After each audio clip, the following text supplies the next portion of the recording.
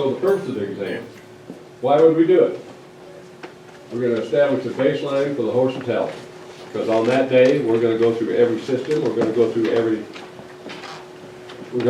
with a fine-tooth comb. We're going to decide if it's all right, or if there is something wrong.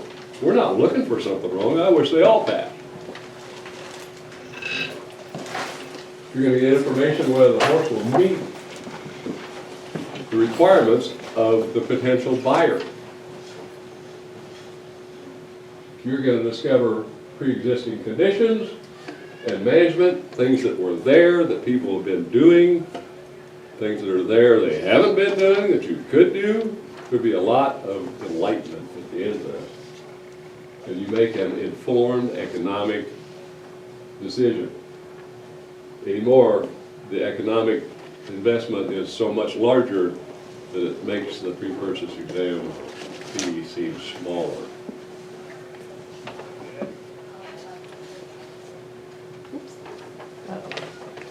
I goofed it up already. Already. Don't you about to? Okay, here, Keep punching? No, don't. Don't.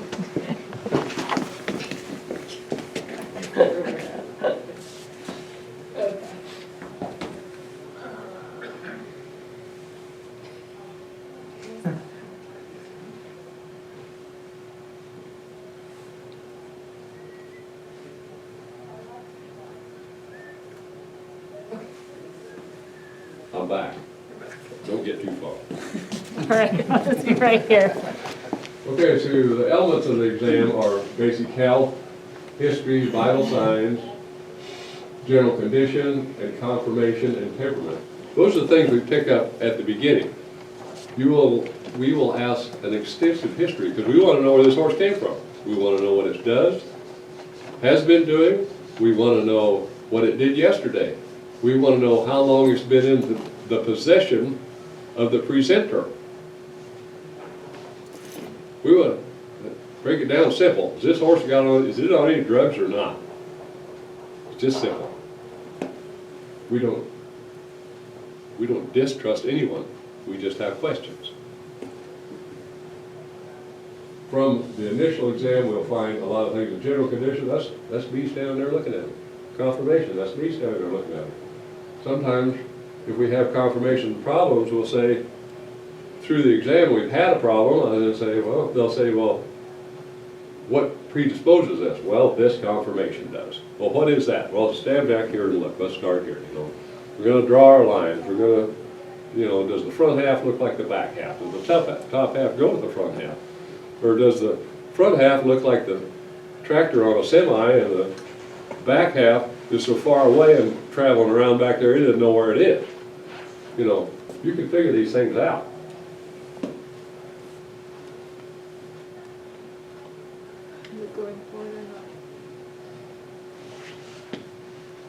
I keep punching, but it's not going away. That's the forward one, right? Yeah, that's the forward.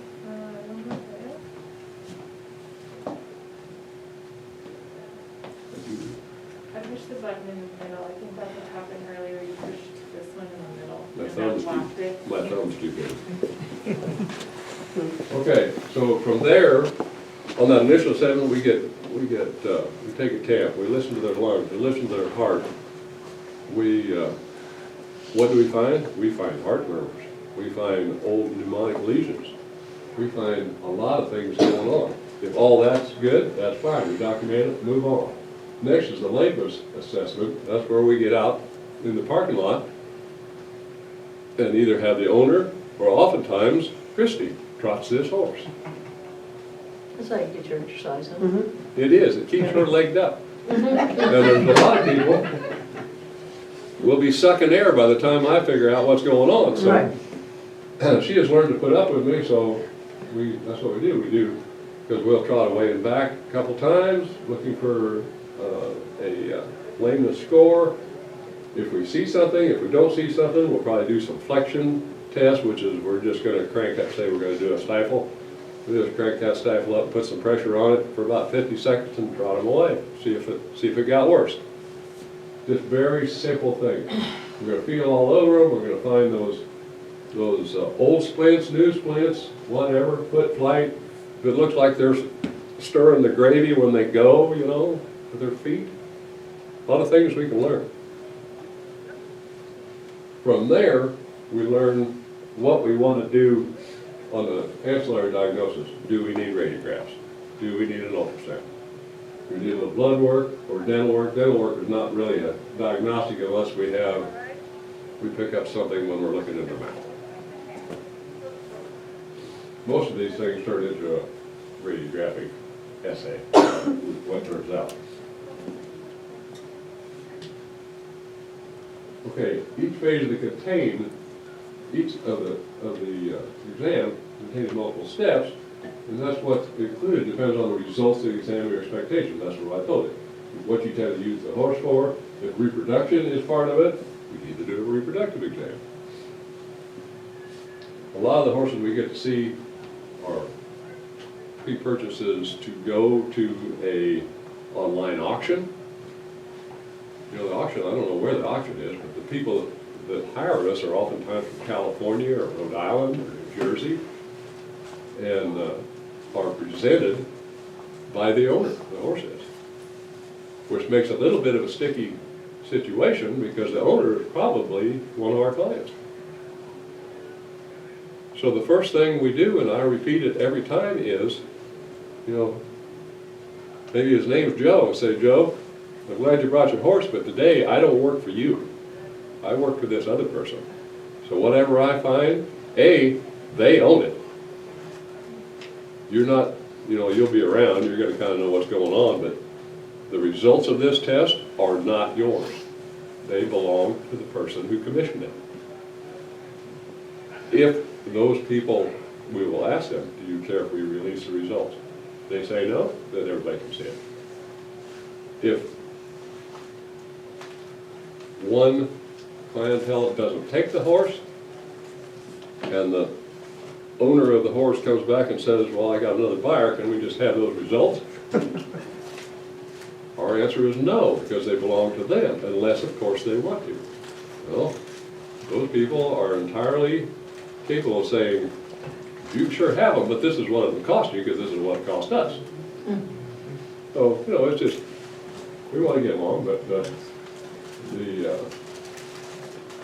plan is, part of, in our evaluation is, we have to look into the future of what we're seeing, and say this is a paternity prospect that needs a 2-year-old, and you got this little ding in here that you're looking at, like OCD lesions, things like that.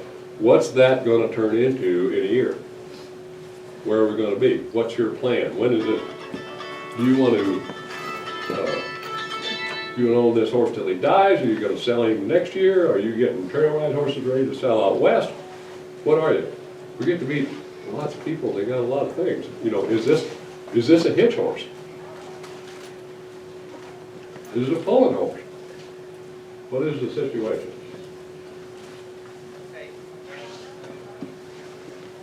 Okay, we're on to examples, and then what we're going to do is we'll run through some examples, and then we'll get back into the round table deal. We'll ask some questions, because that's really the only thing I can do is answer questions.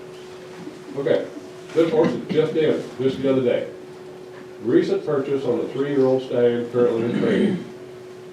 Had a swollen hock, no lameness. They've owned this horse for 30 days. They didn't notice the hock when they bought it at a public sale. Had no idea if it had occurred while in the month they've owned it, or if it was there when they bought it.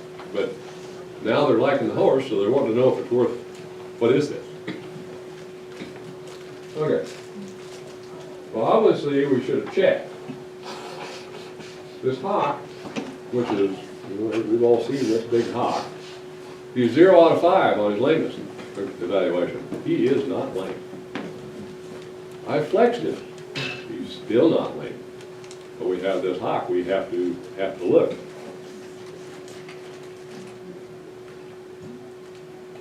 Oh, I got it. Look at that go. Okay. This is the point of his hock. This is tibia, cannon bone, hock joint.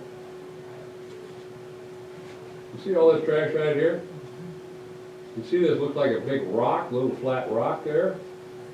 that piece came off of this, of the tibial tarsal bone right here. It used to sit there. Yeah. This is the AP view. Here it is hanging out. You're looking front to back. Well, actually, this is an oblique, but I just hung it out there. See this big rock out here? That thing's got to come out of there, because that'd be like throwing a rock down in the middle of your engine. It's going to tear it up. So this particular problem here, we send these off to a board-certified surgeon in Iowa who is very reasonable on these things, and you know, we're looking at $1,500–1,600. They thought that was all right. So, but the point being, if somebody will look at that hock, this is a very good example of what we get to see oftentimes on a recent purchase. You know, we don't know when it came, when it was.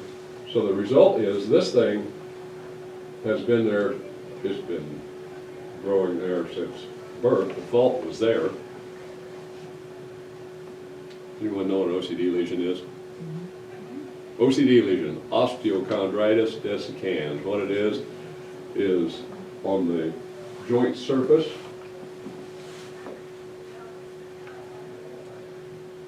like along here or along there, you have articular cartilage, and there's a fault in that cartilage. Same as you have a rent in the rug or the carpet. You got a tear in it, or for those of you that don't understand carpet, how about a pool table? Somebody ran their cue through it, and you've got this V-shaped tear. Okay, so you got a fault in the articular cartilage that flaps up. The joint is full of synovial fluid. You set up a hydraulic situation where every time he moves that joint, that synovial fluid pumps underneath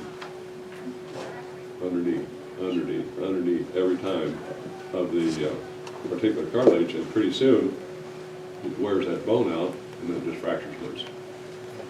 Then you get this. There you go. Those deals, like I said, those are like a $1,600 fix on one of those things. They have to come back for a little joint injection at the end, and then they are, as I told this owner, then horse is good to go. Should be fine.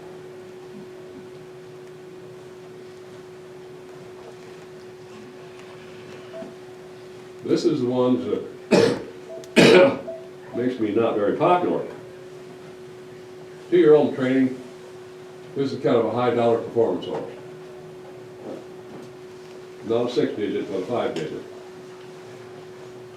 Has no lameness. The owners had bought this horse with, quote, clean x-rays back as a yearling for purposes of resale. So he has got he bought the horse, quote, clean x-rays. We've invested a year, we've sent him to the trainer's got the horse in good shape. They're getting offers on this thing. Nobody knows the horse, but like $75,000 is the offer.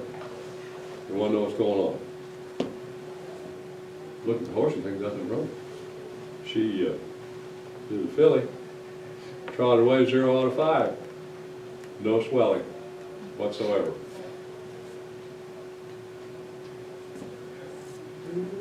It's a little dark in there. A little dark over there. How about this one? No. Okay. She was bilateral with an OCD lesion of the medial femoral condyle. Bilateral meaning both legs. This horse is a sliding horse. Stifles and hocks are really important. Yeah, a little dip right there. That's an OCD lesion. It should be nice and round. See this patellar plateau here? See how flat it is? It kind of comes out of here. Those are all indicators. You all may or may not see it on the actual x-ray machine. It's pretty obvious. But here it's a little bit hard to see. I can see it. But here's your OCD lesion. But up around here where my pointer is, there's the bone cyst. Clear up around here. So on the last one, which really doesn't show up very good, you can probably see it in the darkness. There is the OCD lesion, and it has a cyst there. There you go. Great. Perfect. See that OCD lesion? See that cyst? See that crack running from that to that? That is very explanatory of what's going on. You got this lesion, hydraulics going on, it's pumping this up, and we have this bone cyst. Pretty much put the brakes on that thing for a while. Horse still not lame. But what's its future? What's its future for resale?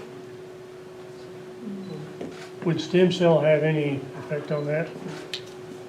We recommend stem cells for this one. And I think we would be probably 90–100% on it. We did, because there's no, previous one, no. Yeah, that's surgery, the one with the chunk. This one, those, I have a motion project that's made for this, but $2,500 plus the injection. And yeah, I didn't made to that, but you're looking at, we're bilateral, so we're up to 5,000 now. But already spilled the beans of what the horse is supposedly worth, so probably worth it. Really nice horse. Nobody was sicker over it than I was, because I kind of like good horses. Another one. Is that You better? can leave it off if you want to. Okay, great. Nice. Done. 6-year-old barrel horse with limited hauling. No lameness. He's little, he's kind of a thick maned horse, so he's a little pigeon-toed. Pigeon-toe makes you think navicular. I'll just tell you, if you got one pigeon-toed, start thinking navicular, because that's a possibility. Currently shod, and the purchaser had this horse in her possession, had ridden and placed the weekend ahead of that time, so she's out to buy this horse, but she's using her head, thinking this is a 6-year-old barrel horse, you know, I don't know anything about it, let's go see what's worth for the dollars involved. I don't think it was a tremendously big deal. Okay, what do we look at first? It's the navicular bone.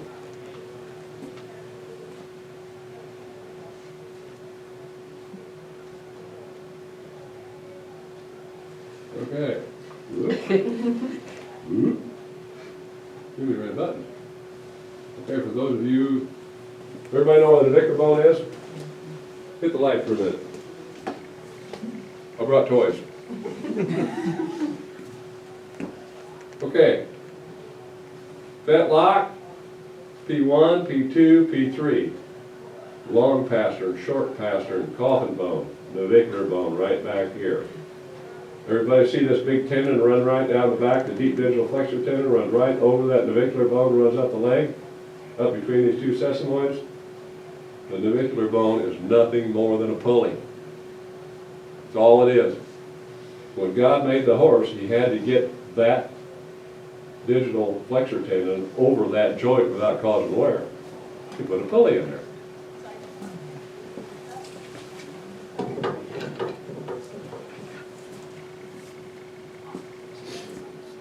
So this is a navicular bone.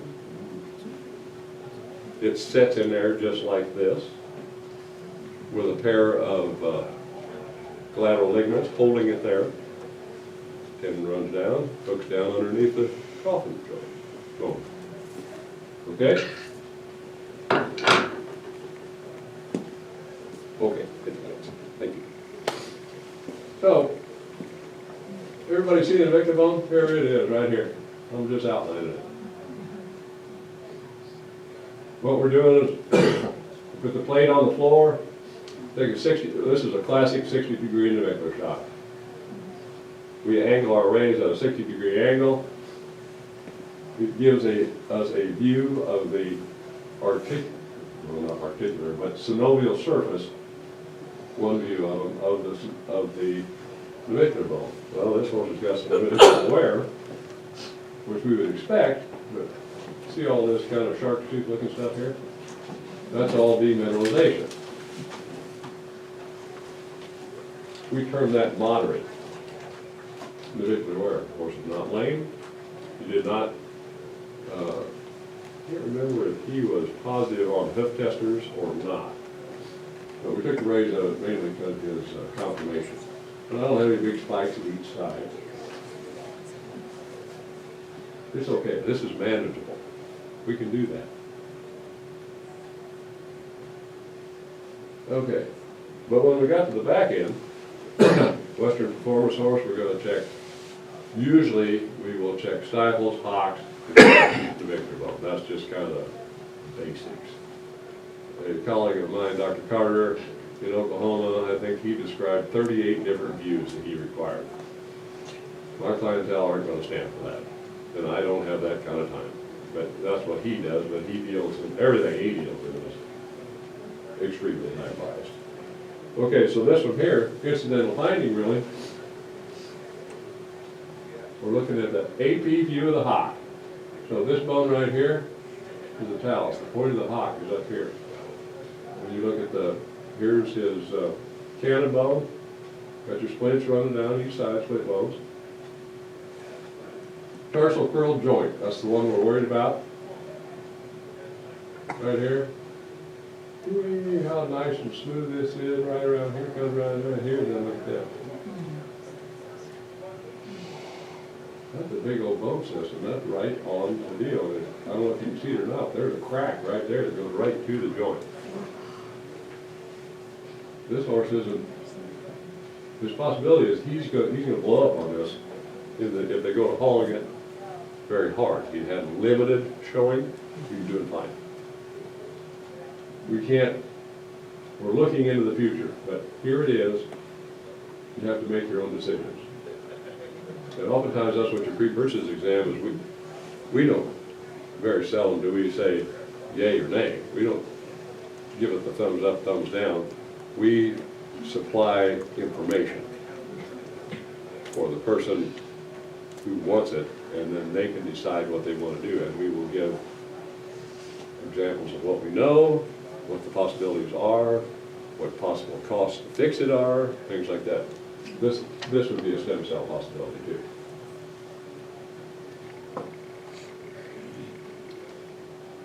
Okay, this is kind of fun. This kind of outlines some other stuff. 5-year-old finished performance horse.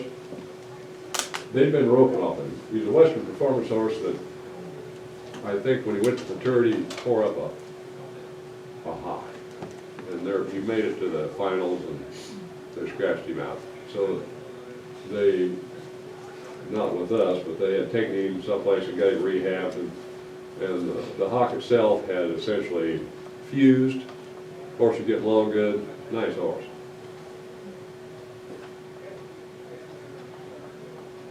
He was winning. Okay, just make sure your client really unhappy with you. This horse is not lame, 0 out of 5. They're peeling off of him, they're showing. He's going to go into a Western Performance horse trainer. He's going to go down the fence. He's going to be a reining horse. He's going down the fence and he has to cut cattle. This is a stifle joint. Go back to the OCD situation, and there it is, right there. This is in a 5-year-old.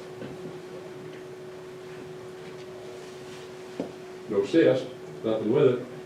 Horse is sound.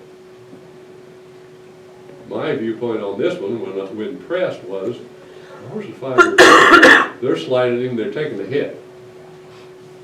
This is not new. They've been using him since he was 3. He is not lame. My thoughts on it were, we can't disavow the fact that he has this and it could blow up. It is a risk that you take. But my thoughts on it were, well, if the horse is what you want, some risk is involved. Management is sometimes involved. You have to think it through, what you're willing to do, what you can spend. If you really like this horse, I've had people, I've turned barrel horses down.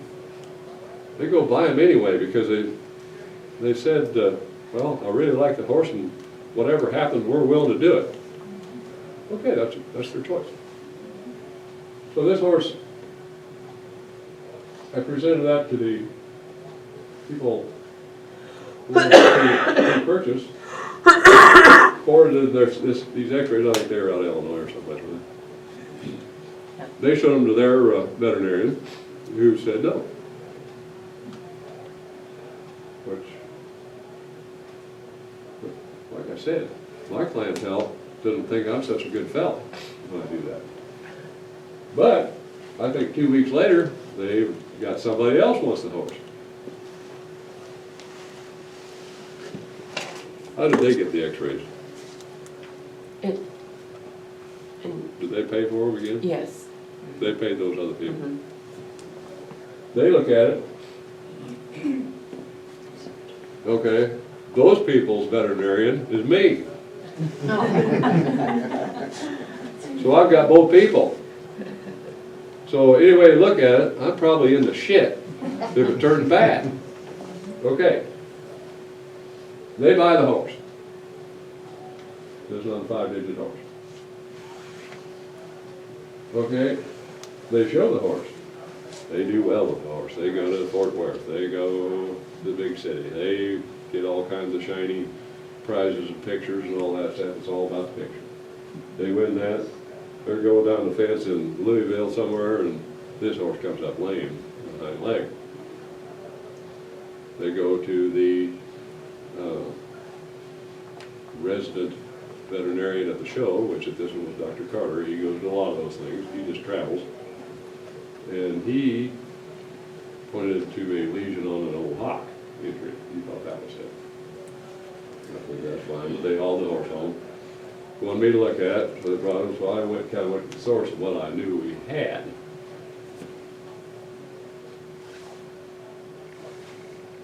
I jumped the gun, that's just what I said. Okay, same horse. This a year later? Yeah. Okay, here's our lesion, right here. Well, now it's, see how it's kind of fuzzy along the bottom here?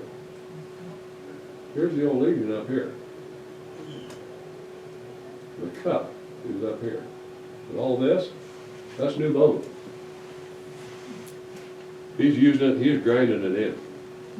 And the horse's system with inflammation says we have to fix this. So it, you know, you got your osteoclastic activity going on. It tries to fix it. And is working in that direction. So we did. We stuck some stem cells in this thing. I saw him at a show 2 weeks ago. When they first got him out of the stall, I could see that he was just not quite right. He wasn't lame. He was still at the end of his rehab. He was out 6 to 8 weeks. By the time of the end of the show, the horse is good. He's moving along. Inflammation, you know, I mean, he uses it. Stem cells like inflammation, so horse is on the road again. I get excited about this stuff. I don't know if anybody else does, but I do.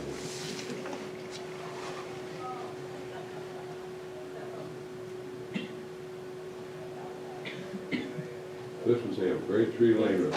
Positive flexion of the stifle, x-ray cyst no longer present, just now inflammation as it undergoes changes. Not only did we do the amnion product, but we hit him with the high disc. We put a little joint juice in it on top of it. That was my Dr. Jake Letner. He's in practice with us, and at his suggestion, I said, that's a good suggestion, let's do that. So we used both modes of treatment, which would be your joint injection with high disc, nothing about steroids, nothing about anti-inflammatory. All it does is we're just greasing the joint. We put the amnion product in it, 6 weeks, horse return sound. 5-year-old draft cross pre-sale had required views for an online auction.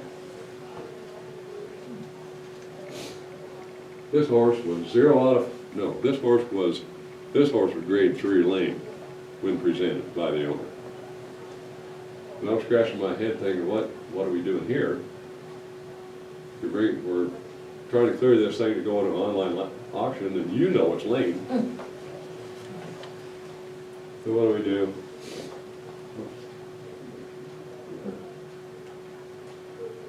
Okay. This is just an AP view of the foot. Long button.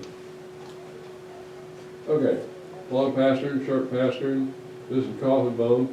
Not a good view of the navicular bone because it's behind the joint. You see this thing out here that you can hang your hat on? That is the navicular bone. Okay, so what it does, the navicular bone, when it undergoes so much inflammation, it will, the osteoclast will dissolve bone, the osteoblastic cells will produce bone, and what it's doing is, remember I said that navicular bone hangs there by two collateral ligaments? Well, it's following the ligament. It runs up here. So the bone is just following that. The calcium is just going up it. This is the 60 on that horse. It gets even more impressive. So here's our navicular bone right along here. Not too bad that side. Comes down here, crosses over, runs up here, then runs way out here, and back. Looks like a rhino horn hanging on it.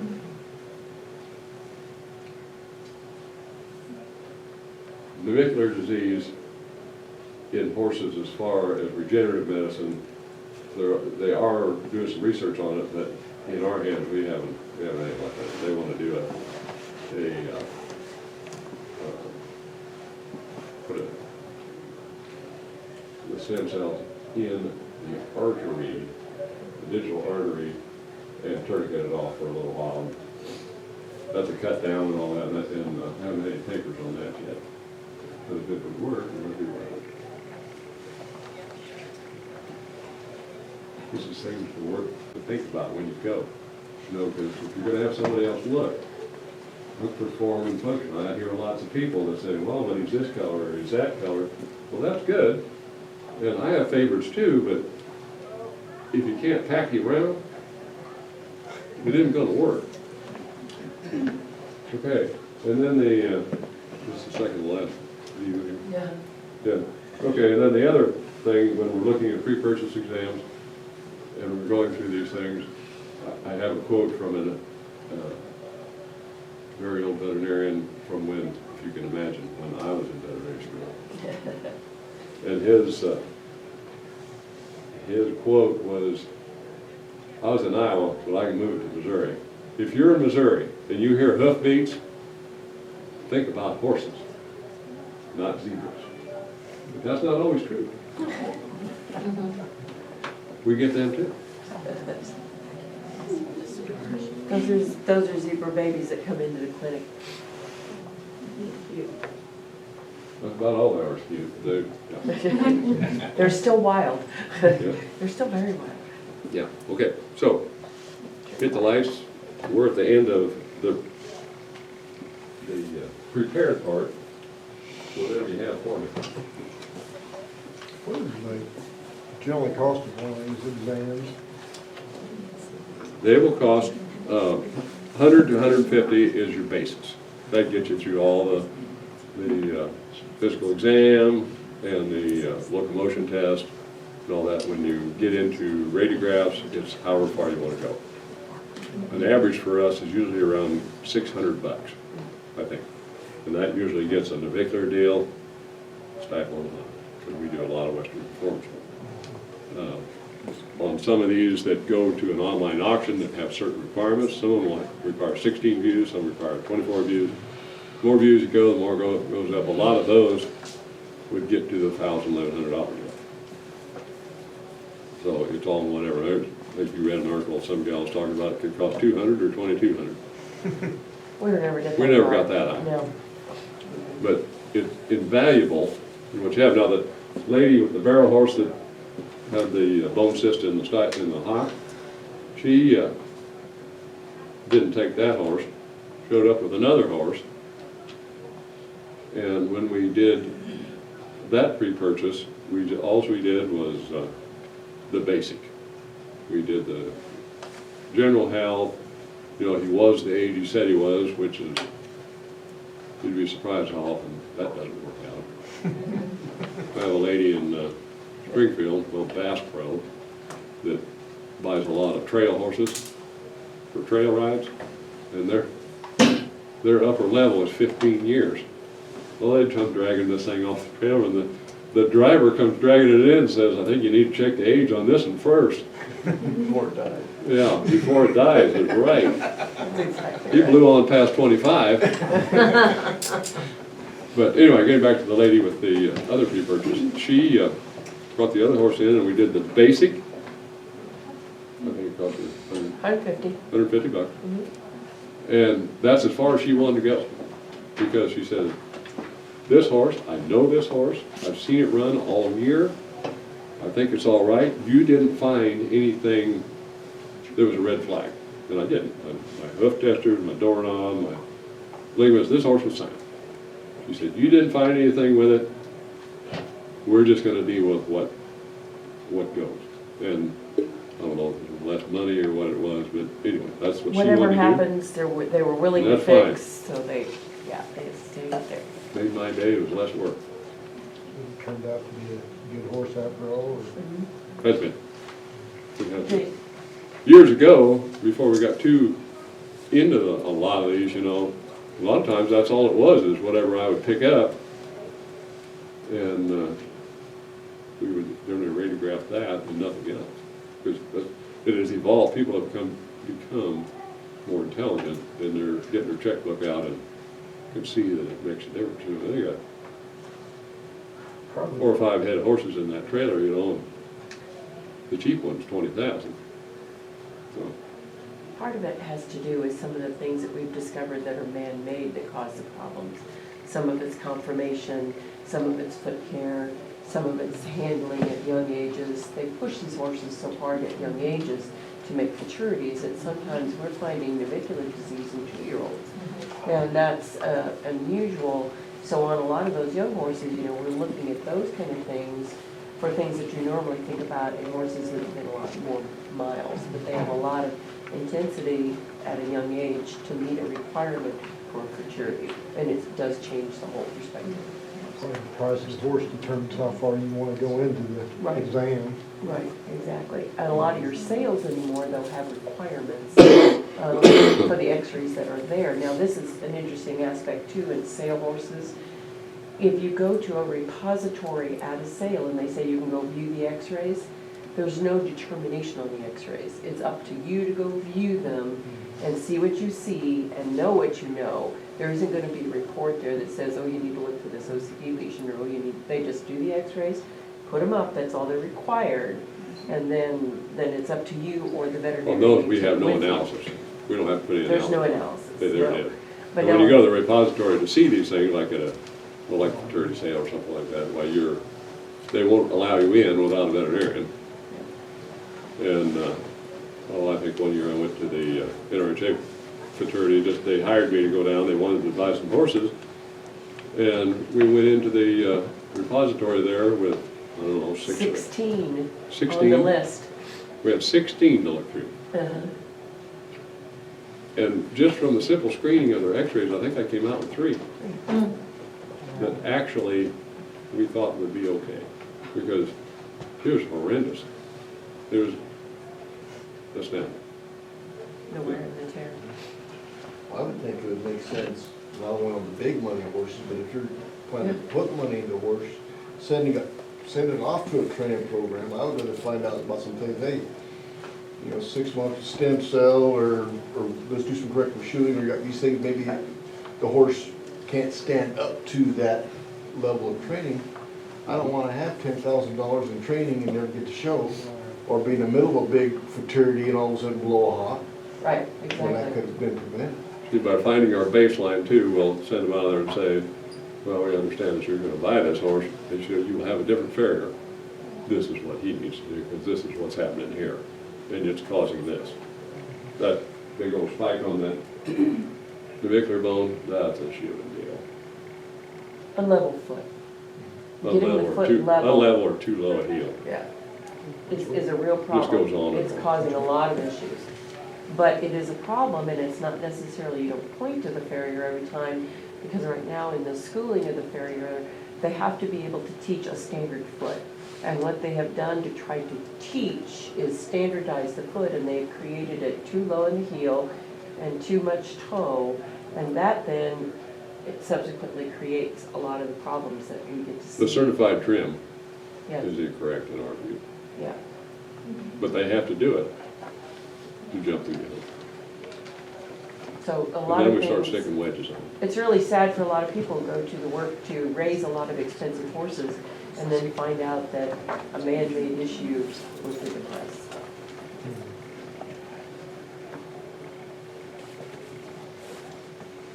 Any questions? Most, when you examine one, what's the most level you do on, you know, you just give them the basic, or what's the most that you do on exams?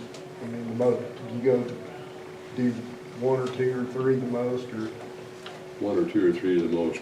no, your levels of exams that you were talking about? Oh, there's your basic, and then however far we go in the basic is $150. And then you start adding on x-rays. You do a lot with x-rays though. Yeah, your x-rays are, the first two are $125 and $145 after that.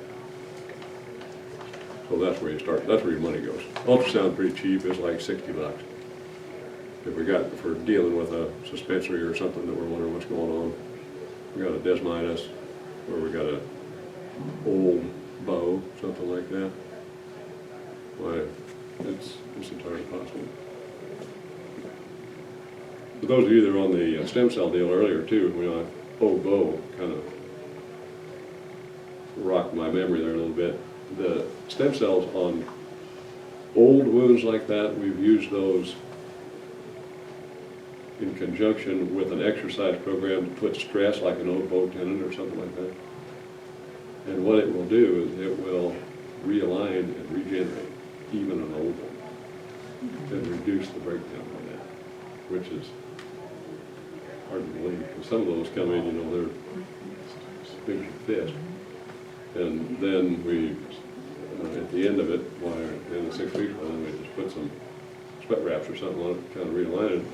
But we do a lot with those and have a lot less breakdown.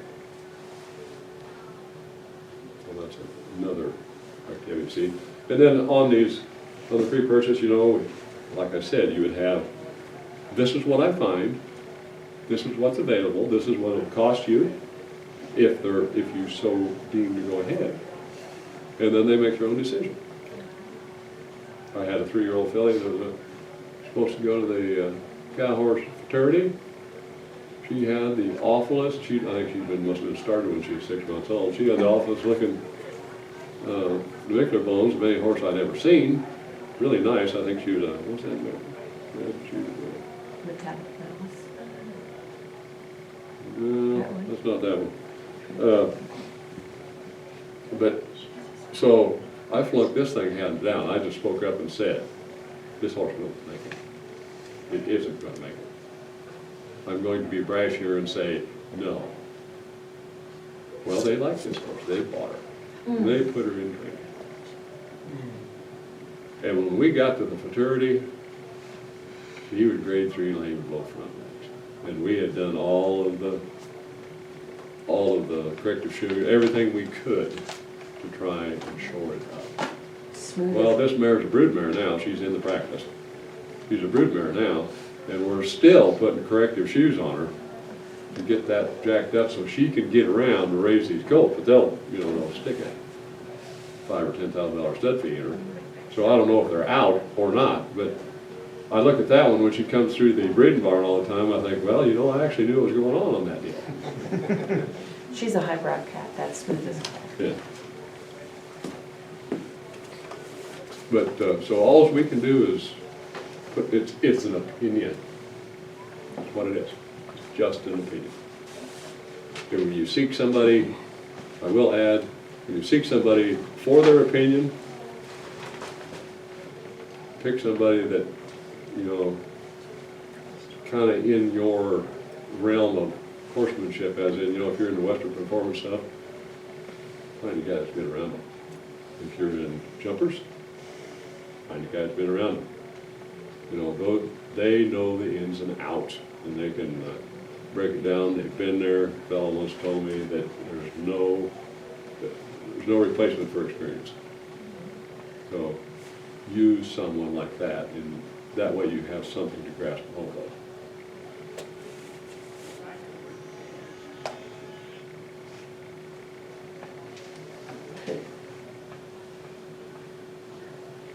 You might get down early. The The surprising, line better. the surprising things are some of the things that people are doing with the horses now, though, in that, and what they want to do. When people call from the West Coast, what they perceive as a really useful horse, or they talk about using one in the cow horse thing, are some of the draft cross horses. And they have a look they want, they have a size they want, and they want them to be able to handle the sand on the beach, and they want them to be able to handle the big rocks in the mountains. So they have to have this big foot and a big bony system on them, and they don't mind that they have a bit of a that's okay for them, but it has to have that kind of durability. And I said, One, I think they lived on Big Sur up there, and this was the third Yeah. one of these things they were buying. yeah, But it was all right, they had plastic. yeah, but they, or, you know, in Idaho in the mountains, there was another one that, a lot of the draft cross horses that have become just as valuable, but it is in, like you said, in how you use them, and what your use is and where you are. But they wanted the durability, that's what they were after. So they had to be able to lope on the sand on the beach and be able to not fatigue with that, as well as handle the big mountains. It's wherever you're using it, what you're doing with it. Big old foot make a more satisfying splash in the surf. Yep. Well, there was a lot of that. There was a lot of that Lady Godiva look. You know, we have to have all that going on. Get some extensions for the Yeah. name. You get everything that they want. And then we used to think drafts were purely as workhorses, but the draft show has gone huge. And they even have shows now for standard breds. They're showing where we used to think of them mainly as a workhorse. And then, of course, your show Morgans, your show saddlebreds, which have the versatility of the work too, but it's which venue you want them for, or the versatility of that they can't make it here, they can go to here, and their value. So there's a big universal look on it, a little different. Learning process for me, when she was talking about show, like, I didn't know standardbreds had shows. I thought they were just either racing or road racing. But they do. There's a client that he took one to the sale for a show prospect. And I don't think she brought as much as he thought she ought to have, like, I don't know, 30, 35,000. But the takeaway for this for me was, I said, is there a lot of these shows? He said, yeah, it's a big deal. He said they sold a stallion